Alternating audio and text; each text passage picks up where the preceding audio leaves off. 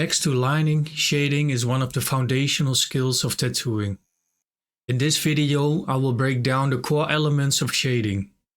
I will show you the tools that you need, the settings to use, and the techniques to achieve that perfect smooth shading.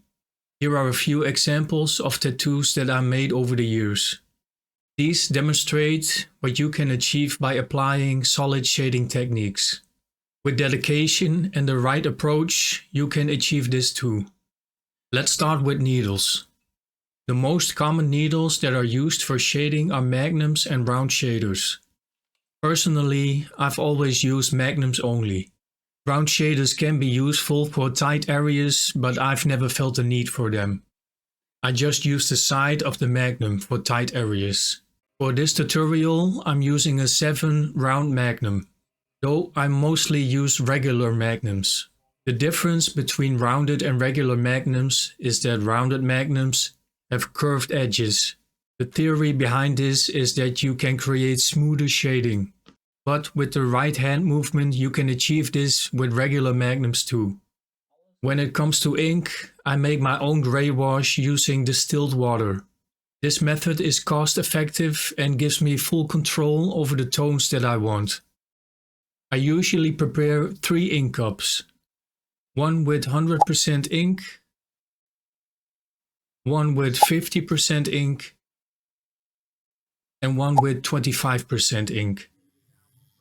If you are unsure which one to pick while tattooing, always start with the lightest mix and build up gradually. You can practice this technique with drawings too, as I show in my other shading video. Starting light gives you room to adjust, whereas if you start too dark, there is no way back. The more you work this way, the easier it will become. I set my needle to stick out about 2 to 3 millimeters. The voltage of your machine will depend on the size of the needle group. Larger needles require a higher voltage for the same shading results. For a 7 magnum, a good starting point is between 6 to 8 volts. Over time you will develop a feel for the right voltage, and at some point you will even know the voltage just by the sound of your machine. So, with the hardware covered, let's start with the actual technique for shading. Except for dot work, I use 2 hand movements for shading. The first one and the most important is a scooping motion. For smooth fades, pull the needle out of the skin with a scooping motion. Imagine that you're gently lifting the needle when shading. Always rest the side of your hand on the body part that you're working on for maximum control. Some artists prefer pushing away when shading, but I like to pull the needle towards me. For me, this is a more natural feeling than pushing away. In order to keep pulling towards me, I keep adjusting my position, either circling around the client or moving the body part. In this way, I can always comfortably pull the needle towards me. Whether you are lining or shading, keep adjusting your position just like you would when drawing on a piece of paper. For bigger areas that require a consistent shading gradient, I use a circular hand movement. Keep building up light layers and wipe away excess ink.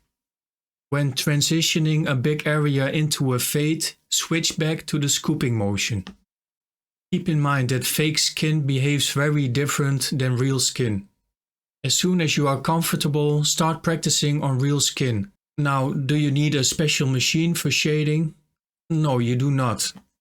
For this tutorial I'm using a Cayenne Solnova Unlimited 4.0, but you don't need an expensive machine to achieve great results. You can learn shading with practically every machine. And that's it for this one, guys.